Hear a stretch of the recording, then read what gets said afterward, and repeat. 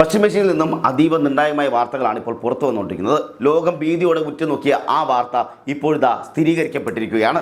ഇറാന്റെ ഹൃദയഭൂമിയായ ടെഹ്റാനിൽ ഇസ്രായേൽ അതിശക്തമായ മിസൈൽ ആക്രമണം നടത്തിയിരിക്കുന്നു എന്നുള്ള ഞെട്ടിക്കുന്ന വിവരങ്ങളാണ് ഇപ്പോൾ വാർത്താ ഏജൻസികളെല്ലാം പുറത്തുവിടുന്നത്. വെറുമൊരു സൈനിക നീക്കം മാത്രമല്ല ഇത്.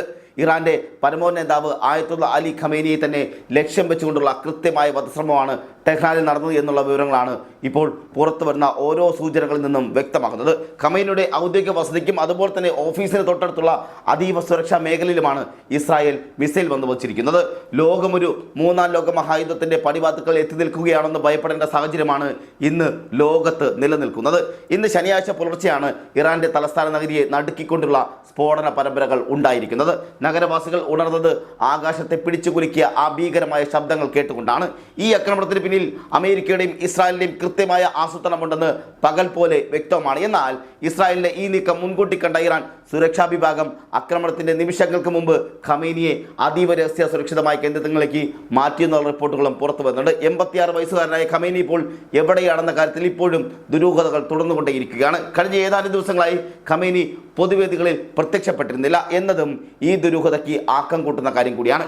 ഇറാന്റെ ആത്മീയ നേതൃത്വത്തെ തന്നെ ഇല്ലാതാക്കാൻ ഇസ്രായേൽ തുനിഞ്ഞിറങ്ങിയത് പശ്ചിമേഷ്യയിൽ വലിയ പ്രത്യാഘാതങ്ങൾ ഉണ്ടാക്കുകയും ചെയ്യും. ഇസ്രായേൽ പ്രതിരോധ മന്ത്രി ഇസ്രായേൽ കട്സ് ഈ ആക്രമണ വിവരം ഔദ്യോഗികമായി സ്ഥിരീകരിച്ചു കഴിയുകയും ചെയ്തിട്ടുണ്ട്. ഇറാന്റെ സൈനിക പ്രതിരോധ സംവിധാനങ്ങളെ തകർക്കുക എന്നതിലുപരി ഭരണകൂടത്തിന്റെ തലപ്പത്തുള്ളവരെ തന്നെ ലക്ഷ്യം വയ്ക്കുന്ന രീതിയാണ് ആക്രമണത്തിന്റെ സ്വഭാവമായി കണക്കാക്കുന്നത്. ടെഹ്റാൻ നഗരത്തിന്റെ പല ഭാഗങ്ങളിൽ നിന്നും കിലോമീറ്ററോളം ഉയരത്തിൽ പുകപടലങ്ങൾ ഉയർന്ന ദൃശ്യങ്ങൾ അന്താരാഷ്ട്ര മാധ്യമങ്ങൾ വരെ പുറത്തുവിട്ടിട്ടുമുണ്ട്. ഇറാന്റെ വ്യോമ പ്രതിരോധ സംവിധാനങ്ങൾ പൂർണ്ണമായും പരാജയപ്പെട്ടതായാണ് അന്താരാഷ്ട്ര മാധ്യമങ്ങൾ വിലയിരുത്തുന്നത്. ഇത്രയും വലിയൊരു വ്യോമാക്രമണം ടെഹ്റാനിൽ നടന്നിട്ടും അത് തടയാൻ ഇറാന്റെ പ്രതിരോധ സംവിധാനങ്ങൾക്ക് കഴിയാത്തത് വലിയ ചോദ്യചിഹ്നങ്ങളായി ഉയർന്നു വരുന്നുമുണ്ട്. അപ്പോഴും അവർ ആലോചിക്കുന്നത് ഇറാൻ എന്തുകൊണ്ട് മിണ്ടാതിരിക്കുന്നു എന്നുള്ളതാണ്, അല്ലെങ്കിൽ എന്തുകൊണ്ടാണ് ഇറാൻ ഇതുവരെ പ്രതികരിക്കാതിരിക്കുന്നു എന്നുള്ള ചോദ്യമാണ് ഇപ്പോൾ ലോകരാജ്യങ്ങളെല്ലാം ചോദിച്ചുകൊണ്ടിരിക്കുന്നത്. അമേരിക്കയുടെയും ഇസ്രായേലിന്റെയും സംയുക്ത ആക്രമണമാണ് ഉണ്ടായിരിക്കുന്നത്. ടെഹ്റാനിൽ 3 പ്രധാനമായി സ്ഫോടനം നടന്നിരിക്കുന്നതും ഇറാന്റെ ഔദ്യോഗിക വസതിയും അതുപോലെ പ്രസിഡന്റ് ഓഫീസും ലക്ഷ്യമിട്ടുള്ളതായിരുന്നു ഈ നീക്കങ്ങളെല്ലാം. ഇസ്രായേലിന്റെ ഈ സാഹസത്തിന്റെ ഇറാൻ ശക്തമായി തിരിച്ചടി നൽകുമെന്ന് ഉറപ്പായതോടെയാണ് പശ്ചിമേഷ്യയിലാകെ യുദ്ധഭീതി നിലനിൽക്കുകയാണ്. ഗൾഫ് മേഖലയിലുള്ള അമേരിക്കൻ സൈനിക താവളങ്ങളെയായിരിക്കും ഇറാൻ ആദ്യം ലക്ഷ്യം വയ്ക്കുക എന്ന സൂചനയെ തുടർന്നാണ് മേഖലയിലെ എല്ലാ US കേന്ദ്രങ്ങളിലും അതീവ ജാഗ്രതാ നിർദ്ദേശം നൽകി കഴിയുകയും ചെയ്തിട്ടുണ്ട്. ഖത്തർ, ബഹ്റൈൻ, കുവൈറ്റ് തുടങ്ങിയ രാജ്യങ്ങളിലെ അമേരിക്കൻ സാന്നിധ്യം ഇറാന്റെ മിസൈൽ പരിധിയിലാണെന്നുള്ള വസ്തുത ഗൾഫ് രാജ്യങ്ങളെ വലിയ രീതിയിൽ അലോസരപ്പെടുത്തുകയും ഭയപ്പെടുത്തുകയും പീഡിപ്പിക്കുകയും ചെയ്യുന്നുണ്ട്. ഖത്തറിലെ അമേരിക്കൻ എംബസി തങ്ങളുടെ ഉദ്യോഗസ്ഥർക്ക് ഷെൽട്ടർ ഇൻ പ്ലേസ് നിർദ്ദേശം നൽകിയിട്ടുമുണ്ട്. അതായത് ഏറ്റവും വേഗം താവളങ്ങൾ കണ്ടെത്തുക, സുരക്ഷിതമായിരിക്കുക എന്നുള്ളതാണ് അവർ അറിയിച്ചിരിക്കുന്നത്. എംബസിയിലെ എല്ലാ ഉദ്യോഗസ്ഥരും നിലവിലുള്ള കെട്ടിടങ്ങളുള്ളിൽ തന്നെ തുടരണമെന്നും പുറത്തിറങ്ങരുതെന്നും കർശനമായി മുന്നറിയിപ്പ് നൽകിയിരിക്കുക കൂടിയാണ്. ഖത്തറിലുള്ള എല്ലാ അമേരിക്കൻ പൗരന്മാരോടും ഇനിയൊരു അറിയിപ്പ് ഉണ്ടാകുന്നതുവരെ ഇതേ സുരക്ഷാ മുൻകരുതലുകൾ പാലിക്കണമെന്നും അമേരിക്കൻ എംബസി ആവശ്യപ്പെടുകയും ചെയ്തിട്ടുണ്ട്. ദോഹയിലെ US സേന ആസ്ഥാനത്തേക്ക് ഇറാനിൽ നിന്നുള്ള ആക്രമണം ഉണ്ടാകുമെന്ന ആശങ്ക ശക്തമായി തന്നെ നിലനിൽക്കുന്നുണ്ട്. ഇത് ഖത്തറിലുള്ള മലയാളികളടക്കമുള്ള 10,000-കണക്കിന് പ്രവാസികളിലും വലിയ യുദ്ധഭീതിയാണ് പടർത്തുന്നത്. യുദ്ധം പടർന്നാൽ പ്രവാസികളുടെ സുരക്ഷയും തൊഴിലും വലിയ പ്രതിസന്ധിയിലാവുകയും ചെയ്യും. ഇസ്രായേലിനും അതീവ ജാഗ്രതാ നിർദ്ദേശമാണ് പ്രഖ്യാപിച്ചിരിക്കുന്നത്. രാജ്യം മുഴുവൻ സൈറനുകൾ ഇതിനോടകം തന്നെ മുഴങ്ങിയും കഴിഞ്ഞു. ജനങ്ങൾ സുരക്ഷിത കേന്ദ്രങ്ങൾക്ക് സമീപം തന്നെ തുടരണമെന്നും ബങ്കറുകളിലേക്ക് മാറണമെന്നും IDF നിർദ്ദേശവും നൽകിയിട്ടുണ്ട്. രാജ്യത്തെ മുഴുവൻ പ്രവർത്തനങ്ങളും അത്യാവശ്യ മേഖലകളിലേക്ക് ഇസ്രായേൽ പരിമിതപ്പെടുത്തിയിരിക്കുക കൂടിയാണ്. പൊതുസ്ഥലങ്ങളിൽ ജനങ്ങൾ ഒത്തുചേരുന്നതും ഓഫീസുകൾ പ്രവർത്തിക്കുന്നതും ഇസ്രായേൽ സൈന്യം ഇപ്പോഴിതാ വിലക്കിയിരിക്കുകയാണ്. ഇസ്രായേലിൽ അടിയന്തരാവസ്ഥ ഏർപ്പെടുത്തിയിരിക്കുക കൂടിയാണ്. കാരണം അവർക്ക് വ്യക്തമായി അറിയാം, ഇറാനെ തൊട്ടാൽ ഇറാൻ അത് നശിപ്പിച്ചു കളയുമെന്ന്.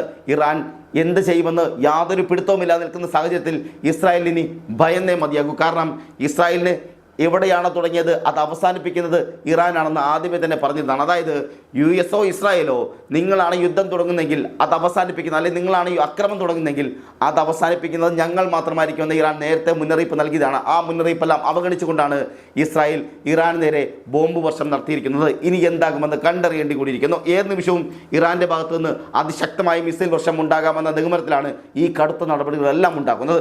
വിദ്യാഭ്യാസ സ്ഥാപനങ്ങളുടെ പ്രവർത്തനം ഇസ്രായേൽ നിരോധിച്ചതും സ്ഥിതിഗതികളുടെ ഗൗരവം വലിയ തരത്തിൽ വർദ്ധിപ്പിക്കുകയും ചെയ്തിട്ടുണ്ട്. അമേരിക്കൻ പ്രസിഡന്റ് ഡൊണാൾഡ് ട്രംപിന്റെ യുദ്ധഭീഷണികൾക്കിടയിലാണ് ഈ ആക്രമണം എന്നത് ലോകം ഗൗരവത്തോടെ കാണേണ്ട ഒന്നുകൂടിയാണ്. ഇറാനുമായി ജനീവയിൽ നടന്ന 3ാം ഘട്ട ആണവ ചർച്ചകളും പരാജയപ്പെട്ടതോടെ ട്രംപ് കടുത്ത അതിർത്തി പ്രകടിപ്പിച്ചിരിക്കുകയും ചെയ്തിട്ടുണ്ടായിരുന്നു. നയതന്ത്ര ചർച്ചകളിൽ താൻ സംതൃപ്തനല്ല എന്നും ഒരു വലിയ തീരുമാനം വരാനിരിക്കുന്നുവെന്നും ട്രംപ് പറഞ്ഞതിന് പിന്നാലെയാണ് ഈ മിസൈൽ ആക്രമണം ഉണ്ടായിരിക്കുന്നതും. ഇറാൻ തങ്ങളുടെ ആണവശേഷി പൂർണ്ണമായും ഉപേക്ഷിക്കണമെന്നാണ് ട്രംപിന്റെ ഉറച്ച ആവശ്യം. ഇതിനായി നയതന്ത്ര പരിഹാരത്തിനായി മുൻഗണന എന്ന് പറയുകയും ട്രംപ് അത് പറഞ്ഞിട്ടുണ്ടെങ്കിലും ഇറാൻ വഴങ്ങുന്നില്ലെങ്കിൽ സൈനിക നടപടി അനിവാര്യമാണെന്ന സൂചനയാണ് ഇന്നത്തെ നീക്കം പോലും നൽകുന്നത്. അമേരിക്കയുടെ F-22 വിമാനങ്ങൾ അല്ലെങ്കിൽ യുദ്ധവിമാനങ്ങൾ നേരത്തെ തന്നെ ഇസ്രായേലിലെ എയർബേസിൽ എത്തിയിരുന്നു എന്നുള്ളതും ഇത് ആക്രമണത്തിനുള്ള മുന്നൊരുക്കമായിരുന്നുവെന്നും ഇപ്പോൾ വ്യക്തമാകുകയും ചെയ്യുന്നുണ്ട്. ഇറാന്റെ തിരിച്ചടി ഉണ്ടായാൽ അത് ഇസ്രായേലിനും അമേരിക്കയ്ക്കുമെതിരെ മാത്രമാകില്ല, മറിച്ച് ലോക സാമ്പത്തിക രംഗത്തെ തന്നെ ബാധിക്കുന്ന വൻ യുദ്ധമായി ഇത് മാറാനും സാധ്യതയുണ്ട്. പശ്ചിമേഷ്യയിലെ എണ്ണ വിതരണ ശൃംഖല തടസ്സപ്പെടുമെന്ന ഭീതിയും ഇപ്പോഴത്തെ വലിയ തോതിൽ നിലനിൽക്കുകയും ചെയ്യുന്നുണ്ട്. ഫോർമസ് കടലെടുക്ക് പോലുള്ള തന്ത്രപ്രധാനമായ പാതകൾ ഇറാൻ അടച്ചാൽ ആഗോളതലത്തിൽ എണ്ണവില കുതിച്ചുയരുകയും ചെയ്യും. ടെഹ്റാനിലെ വിമാനത്താവളങ്ങൾ അടച്ചതോടെ ആയിരക്കണക്കിന് യാത്രക്കാരാണ് അവിടെ ഇപ്പോഴത്തെ കുടുങ്ങിക്കിടക്കുന്നതും. തങ്ങളുടെ സൈനിക കേന്ദ്രങ്ങൾ ആക്രമിച്ചത് ആരായിരുന്നാലും അവരെ വെറുതെ വിടില്ല എന്ന് ഇറാൻ റവല്യൂഷണറി ഗാർഡ്സ് പ്രഖ്യാപിക്കുകയും ചെയ്തിട്ടുണ്ട്. വരും മണിക്കൂറുകൾ ഇറാൻ നടത്തുന്ന നീക്കങ്ങൾ ലോകം ഉറ്റുനോക്കുകയാണ്. ഇറാന്റെ കയ്യിലുള്ള ബാലിസ്റ്റിക് മിസൈലുകൾക്ക് ഇസ്രായേലിലെ ഏത് ലക്ഷ്യസ്ഥാനത്തെയും തകർക്കാനുള്ള അതിശക്തമായ അതിമാരകമായ ശേഷിയുമുണ്ട്. American vice president JD Vance പറയുന്നത് പശ്ചിമേഷ്യയിൽ അമേരിക്ക ഒരു ദീർഘകാല യുദ്ധത്തിന് ഇല്ല എന്നുള്ളതാണ്. എന്നാൽ ഇറാന്റെ ഭാഗത്തു നിന്നുള്ള ഭീഷണി നേരിടാൻ ഇത്തരം ശക്തമായ ആക്രമണങ്ങൾ ആവശ്യമാണെന്ന നിലപാടിലാണ് ഇസ്രായേൽ സൈന്യമുള്ളത്. US state secretary Marco Rubio നാളെ ഇസ്രായേൽ സന്ദർശിക്കാനായിരിക്കെയാണ് ഈ നാടകീയമായ നീക്കങ്ങളെല്ലാം ഉണ്ടായത്. ഇതിനിടയിലാണ് ഇസ്രായേൽ വ്യോമപാത പൂർണ്ണമായും അടച്ചു കഴിക്കുകയും ചെയ്തിട്ടുണ്ട്. മേഖലയിൽ ഭീഷണികൾ പൂർണ്ണമായി നീക്കം ചെയ്യുകയാണ് ലക്ഷ്യമെന്ന് ഇസ്രായേൽ ആവർത്തിക്കുന്നുണ്ടെങ്കിലും എന്നാൽ ഈ ആക്രമണം സമാധാനത്തിലുള്ള വാതിലുകൾ എന്നേക്കുമായി കൊട്ടിയടച്ചിരിക്കുകയാണെന്നുകൂടി ഇവിടെ പ്രതീക്ഷിക്കേണ്ടിയിരിക്കുന്നു. പശ്ചിമേഷ്യയിലെ സമാധാന അന്തരീക്ഷം പൂർണ്ണമായും തകർക്കുന്ന ഈ നീക്കം ഒരു ലോകമഹായുദ്ധത്തിലേക്ക് നയിക്കുമോ എന്നുള്ള ഭീതിയിലാണ് അന്താരാഷ്ട്ര സമൂഹങ്ങൾ ഒന്നടക്കമുള്ളത്. കിലോമീറ്ററോളം ഉയരത്തിൽ പുകപടലങ്ങൾ ഉയരുന്ന ടെഹ്റാൻ നഗരത്തിന്റെ ദൃശ്യങ്ങൾ അന്താരാഷ്ട്ര ഏജൻസികൾ പുറത്തുവിടുകയും ചെയ്തിട്ടുണ്ട്. കരയിൽ നിന്നും കടലിൽ നിന്നും ഒരേ സമയം ആക്രമണം ഉണ്ടായതായാണ് റിപ്പോർട്ടുകളെല്ലാം വരുന്നത്. ഇതിനായി ഇസ്രായേൽ അത്യാധുനിക മിസൈലുകളാണ് ഉപയോഗിച്ചിരിക്കുന്നത്. ഇറാന്റെ ഔദ്യോഗിക ടെലിവിഷൻ സ്ഫോടനങ്ങൾ സ്ഥിരീകരിച്ചിട്ടുണ്ടെങ്കിലും നാശനഷ്ടങ്ങളുടെ പൂർണ്ണ വിവരങ്ങൾ ഇപ്പോഴും പുറത്തുവിട്ടിട്ടില്ല. സൈനിക കേന്ദ്രങ്ങൾ ലക്ഷ്യം വെച്ചുള്ള കൃത്യമായ ആക്രമണമാണ് നടത്തിയതെന്നാണ് ഇസ്രായേൽ വാദിക്കുന്നത്. എന്നാൽ ഖമീനിയുടെ ഓഫീസിന് സമീപം സ്ഫോടനമുണ്ടായത് രാഷ്ട്രീയ ലക്ഷ്യങ്ങളെല്ലാം ഇതിൽ വ്യക്തമാക്കുകയും ചെയ്തിട്ടുണ്ട്. ഗൾഫ് രാജ്യങ്ങളെ തീർത്തും അലവസരപ്പെടുത്തുന്നതാണ് ഇപ്പോഴത്തെ ഈ യുദ്ധകാഹളങ്ങളെല്ലാം. ഇറാന്റെ ഭാഗത്തുനിന്ന് മിസൈൽ വിക്ഷേപണങ്ങൾ ഉണ്ടായാൽ അത് ഇസ്രായേലിലെ പ്രധാനപ്പെട്ട നഗരങ്ങളെ ലക്ഷ്യം വെച്ചുമെന്ന കാര്യം ഉറപ്പ് തന്നെയാണ്. ഇസ്രായേൽ ഒരുപക്ഷെ തകർന്ന് തരിപ്പണമാകുന്ന സാഹചര്യവും ഉണ്ടാകും. ഇസ്രായേലിൽ വിദ്യാഭ്യാസ സ്ഥാപനങ്ങളുടെ പ്രവർത്തനം ഇതിനോടകം തന്നെ നിരോധിച്ചും കഴിച്ചിട്ടുണ്ട്. ജനങ്ങൾ സുരക്ഷിത ഇടങ്ങളിലേക്ക് മാറണമെന്ന് സൈന്യം കടുത്ത ഭാഷയിലാണ് ഇപ്പോഴത്തെ ഉറപ്പ് നൽകിയിരിക്കുന്നത്. നോക്കൂ, ഇവിടെ ഇസ്രായേൽ പ്രതിരോധ മന്ത്രി വ്യക്തമാക്കിയത് ഇറാന്റെ തിരിച്ചടി ഭയന്നുള്ള എല്ലാ മുൻകരുതലുകളും എടുത്തു കഴിഞ്ഞു എന്നുള്ളതാണ്. അതായത് ഇസ്രായേൽ ഇറാനെ വലിയ രീതിയിൽ ഭയപ്പെടുന്നുണ്ട്, പേടിപ്പിക്കുന്നുണ്ട് എന്നുള്ളത് തന്നെയാണ്. യുദ്ധം പടരാതിരിക്കാൻ ഗൾഫ് രാജ്യങ്ങൾ നയതന്ത്ര നീക്കങ്ങൾ നടത്തുമെന്നാണ് കരുതുകയും ചെയ്യുന്നത്. എന്നാൽ ഇറാൻ പ്രതികാര ദാഹത്തിൽ തന്നെയാണ്. അവർ തിരിച്ചടിച്ചിരിക്കുമെന്ന കാര്യത്തിൽ യാതൊരു തർക്കവും വേണ്ട. കാരണം അവർ പറഞ്ഞിട്ടുള്ളത് അവരുടെ ഭൂമിയിൽ ഒരു നുള്ള നിങ്ങൾ എടുത്തിട്ടുണ്ടെങ്കിൽ അത് ഞങ്ങൾ തിരിച്ചു പിടിക്കുക മാത്രമല്ല അതിനുള്ള ശക്തമായ തിരിച്ചടി ഞങ്ങൾ നൽകിയിരിക്കുമെന്ന് തന്നെയാണ് അവർ പറഞ്ഞിട്ടുള്ളത്. അതുകൊണ്ട് തന്നെ ഇറാന്റെ പ്രത്യാക്രമണം എത്രത്തോളം രൂക്ഷമാകുമെന്നോ എത്രത്തോളം വലുതായിരിക്കുമെന്നോ യാതൊരു പ്രവചനവും നടത്താൻ കഴിയാത്ത സാഹചര്യത്തിലേക്കാണ് ഇന്ന് ലോകരാജ്യങ്ങളെല്ലാവരും ഉള്ളത്. ഈ യുദ്ധം എണ്ണവില കുതിച്ചുയരാനും അതുപോലെ തന്നെ ലോകരാജ്യങ്ങളുടെ സാമ്പത്തിക വ്യവസ്ഥയെ തന്നെ തകിടം മറിക്കാനും കാരണമാവുകയും ചെയ്യും. ഹോർമുസ് കടലിടുക്കിലെ ഇറാൻ ഉപരോധിച്ചാൽ അത് ആഗോളതലത്തിൽ വലിയ പ്രതിസന്ധി ഉണ്ടാക്കുകയും ചെയ്യും. അതുകൊണ്ട് തന്നെ ലോകരാജ്യങ്ങൾ അതീവ ജാഗ്രതയിലാണ് മുന്നോട്ട് പോകുന്നത്. ജനീവയിൽ നടന്ന ചർച്ചകൾ തീരുമാനമാകാതെ പിരിഞ്ഞതിന് പിന്നാലെയാണ് ഇത്തരമൊരു നീക്കം അമേരിക്കയുടെ ഭാഗത്തുനിന്നും ഉണ്ടായിരിക്കുന്നത് എന്നതും ഗൗരവകരമായ കാര്യമാണ്. തിങ്കളാഴ്ച മുതൽ വിയന്നയിൽ വീണ്ടും ചർച്ച നടക്കാനിരിക്കുകയും ചെയ്യുന്നുണ്ട്. എന്നാൽ ഇന്നത്തെ ആക്രമണം ഈ ചർച്ചകളുടെ ഭാവിയെ തന്നെ അനിശ്ചിതത്വത്തിലാക്കുകയും ചെയ്തിട്ടുണ്ട്. ട്രംപിന്റെ ഓരോ വാക്കുകളും ഇപ്പോൾ പശ്ചിമേഷ്യയുടെ വിധിയെ സ്വാധീനിക്കുന്ന രീതിയിലാണ് മാറിക്കൊണ്ടിരിക്കുന്നത്. ഇറാന്റെ സൈനിക കേന്ദ്രങ്ങൾ മാത്രമല്ല പ്രസിഡന്റ് വസതിയും ആയുധ കേന്ദ്രങ്ങളിൽ ലക്ഷ്യമിട്ടാണ് ആക്രമണം നടന്നതെന്ന് ഇസ്രായേൽ ചാനൽ 12 റിപ്പോർട്ട് ചെയ്യുകയും ചെയ്തിട്ടുണ്ട്. ഇസ്രായേൽ മന്ത്രാലയവും സായുധ സൈന്യവും ആക്രമണം ഔദ്യോഗികമായി തന്നെ സ്ഥിരീകരിക്കുകയും ചെയ്തിട്ടുണ്ട്.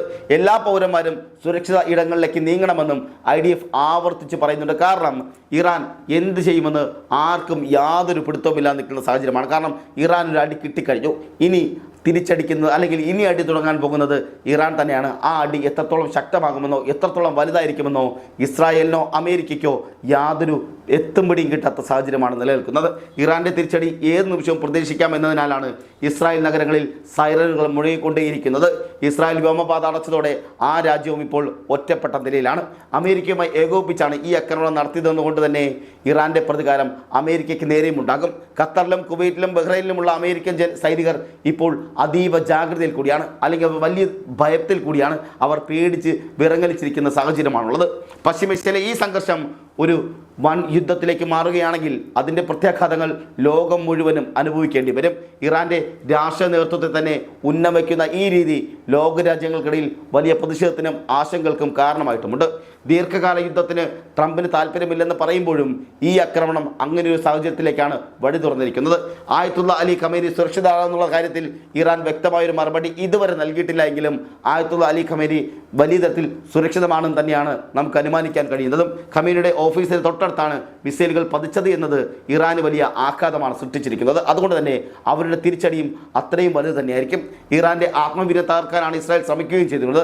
ആണവ കരാറിനെ ചൊല്ലി ഡൊണാൾഡ് ട്രംപും ഇറാനും തമ്മിലുള്ള തർക്കം മുറുകുന്നതിനിടയിലാണ് ഈ നാടകീയമായ നീക്കങ്ങളെല്ലാം ഉണ്ടാകുന്നത്. പശ്ചിമേഷ്യയിലെ സമാധാന അന്തരീക്ഷം പൂർണ്ണമായും തകർന്നതോടെ അന്താരാഷ്ട്ര സമൂഹം വലിയ ആശങ്കയിലാണുള്ളതും. വരും മണിക്കൂറുകൾ ഇറാൻ്റെ റവല്യൂഷണറി ഗാർഡ് നടത്തുന്ന നീക്കങ്ങൾ പശ്ചിമേഷ്യയുടെ ഭാവി തന്നെ നിർണ്ണയിക്കുന്നത് കൂടിയാകും. മിഡിൽ ഈസ്റ്റിൽ മറ്റൊരു യുദ്ധം ഒഴിവാക്കുന്നതിൻ്റെ ഭാഗമായി കരാറിലെത്താൻ കൂടുതൽ സമയം അനുവദിക്കുമെന്ന് ട്രംപ് നേരത്തെ പറയുകയും ചെയ്തിരുന്നു. എന്നാൽ ആ വാക്കുകൾ വെറും പാഴ്വാക്കുകളായിരിക്കുന്നു എന്നുള്ളതും തെളിയിക്കുന്നതാണ് ഇന്നത്തെ ഈ ആക്രമണം എന്നത്. ഇറാൻ തങ്ങളുടെ പ്രതിരോധ സംവിധാനങ്ങൾ ശക്തിപ്പെടുത്തുകയും ശക്തമായി തിരിച്ചടിക്ക് തയ്യാറെടുക്കുകയും ചെയ്യുക കൂടിയാണ്. ലോകം വിറങ്ങലിച്ചു നിൽക്കുന്ന ഈ സാഹചര്യത്തിൽ സമാധാനം പുനഃസ്ഥാപിക്കാൻ ആര് മുന്നിട്ടിറങ്ങും എന്നുള്ളതാണ് പ്രധാനമായി ഉയർന്നു വരുന്ന ചോദ്യവും.